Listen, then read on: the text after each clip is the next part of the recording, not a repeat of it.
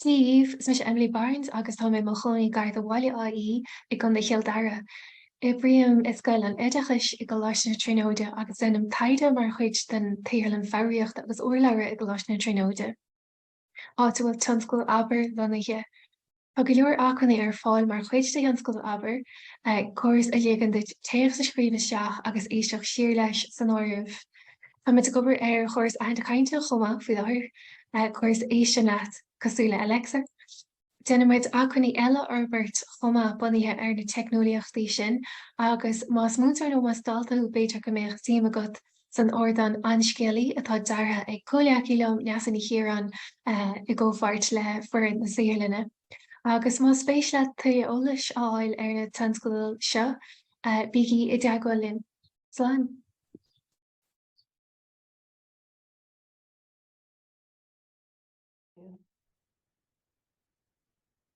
Díomh gáir is mis sé dúirte ní costín as cilcocha ó hús.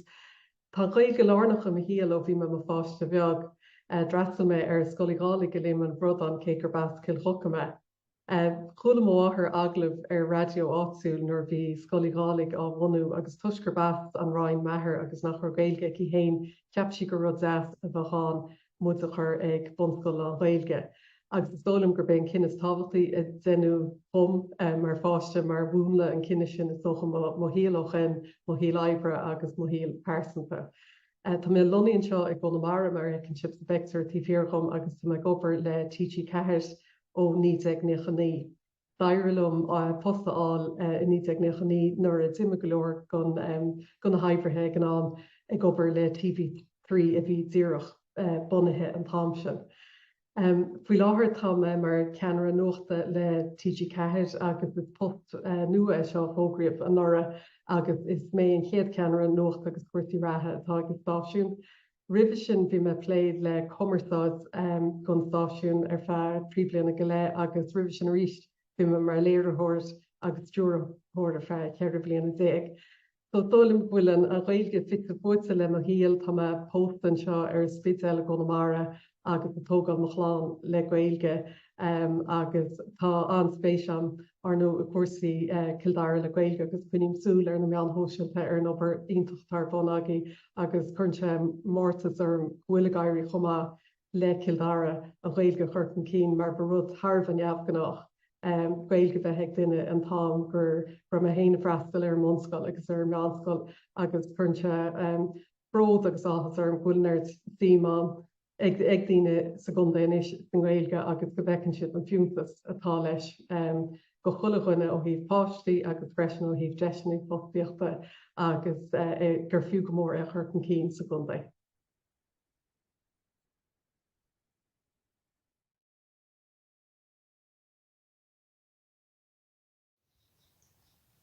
Díomh is mis sé just an ó gléasan. Is as rathile mé is baile fearne sin atá site idir baile Kildare agus Rahongan. Le breis agus bliana nuas bhí me gobar mar haidir ar an tionscail dúchas.í. Go séirtá gceist le sin ná duige tú a dhéanamh ar ábhar atá I grúsach féile is éireann in UCD. Ribh sin bhí me món taide ar loganimnacha agus bhí mé díriú isteach ar loganimnacha neamhifigiúla nó mion loganimnacha I Kildare. Agus bhí mé díriú isteach ar an gceantar timpeall ar baile Kildare, Monastrevin, Rahongan agus an Currach. So héige sin bhí mé ag bailú loganimnacha ó chean inchí cosú le sean léirscáilne agus an nuas ar sin chur mé daoine faoi agalamh chun animnacha cosú le animnacha parcha agus mar sin a bhailú. Agus amachchan seo bhálam níos mó den chinál seo taide agus bhálam a dhéanamh I gceantarcha eile sa chundé. Gur magah.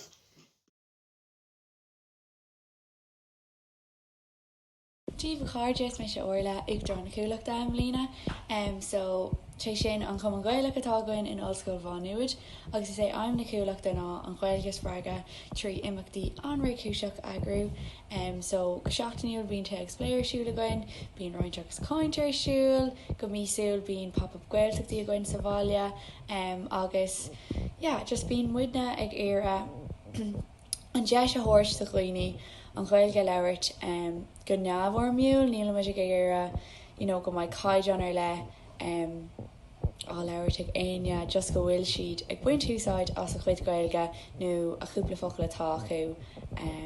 Yeah.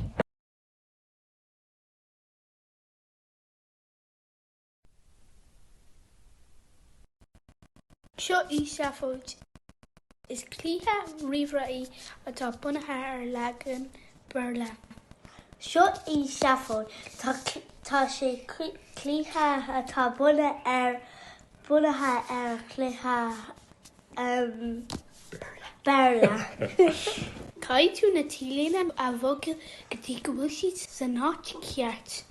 Caiid tú na tílína a bhogad go dtí nuair a bhíonn siad san áit ceart. An taon difriúr ná gur féidir an burla a bhfuil me go nám céine. An taon difriúr ná tá an burla a tá fála me go nám céine. Ínta. Bhíon cluiche nua faoi réir gach lá.